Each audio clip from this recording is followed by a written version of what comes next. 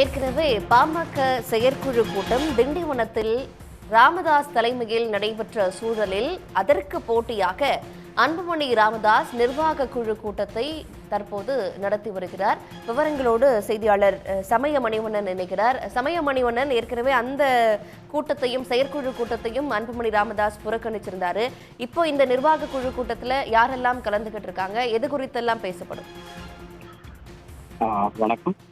பாமக நிறுவனர் ராமதாஸ் மற்றும் பாமக தலைவர் அன்புமணி ராமதாஸ் ஆகியோருக்கு இடையிலான மோதலானது நாளுக்கு நாள் தொடர்ந்து அதிகரித்து கொண்டே வருகிறது. கடந்த 2 தினங்களுக்கு முன்பு பாமக தலைமை நிர்வாக குழுவிலிருந்து அன்புமணி ராமதாஸ் அவர்களை நீக்கம் செய்து பட்டியல் வெளியிட்டிருந்த நிலையில் இன்றைய தினம் திண்டிவனத்தில் பாமக நிறுவனர் ராமதாஸ் தலைமையில் பாமக செயற்குழு கூட்டமானது நடைபெற்றது. இந்நிலையில இன்றைய தினமே திண்டிவனத்தில் செயற்குழு கூட்டம் நடைபெற்று வரக்கூடிய நிலையில பாமக தலைவர் அன்புமணி ராமதாஸ் தலைமையில் சென்னை பனையூரில் உள்ள அலுவலகத்தில் பாமக நிர்வாக குழு கூட்டமானது தற்போது நடைபெற்று வருகிறது. இந்த நிர்வாக குழு கூட்டத்தை பொறுத்த வரைக்கும் பாமகவில் யாருக்கு அதிகாரம் உள்ளது, பாமகவில் அடுத்த கட்ட செயல்பாடுகள் என்ன என்பது உள்ளிட்ட முக்கிய விவகாரங்கள் குறித்து ஆலோசிக்கப்படலாம் என்கிற தகவல்களானது வெளியாகியுள்ளது.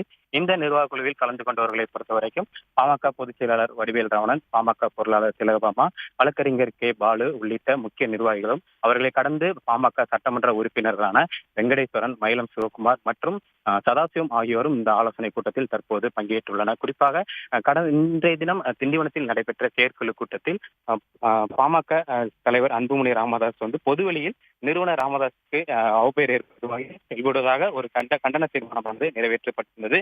அது மட்டுமல்லாது குறிப்பாக தேர்தல் விவகாரங்களில் பாமக நிறுவனர் ராமதாஸ் எடுக்கும் முடிவே இறுதி என்கிற தீர்மானமும் நிறைவேற்றப்பட்டிருந்தது. அவரும் அது தொடர்பான கருத்துக்களையும் தெரிவித்திருந்தார். இந்நிலையில இன்றைய ஆலோசனை கூட்டத்தை பொறுத்த வரைக்கும் தேர்தலில் யாருக்கு அதிகாரம் உள்ளது என்பது குறித்து சட்ட விதி குழுவினரிடமும் அன்புமணி ராமதாஸ் அவர்கள் ஆலோசனை மேற்கொள்ளலாம் என்கிற தகவல்களும் வெளியாகியுள்ளது. தொடர்ந்து நாளுக்கு நாள்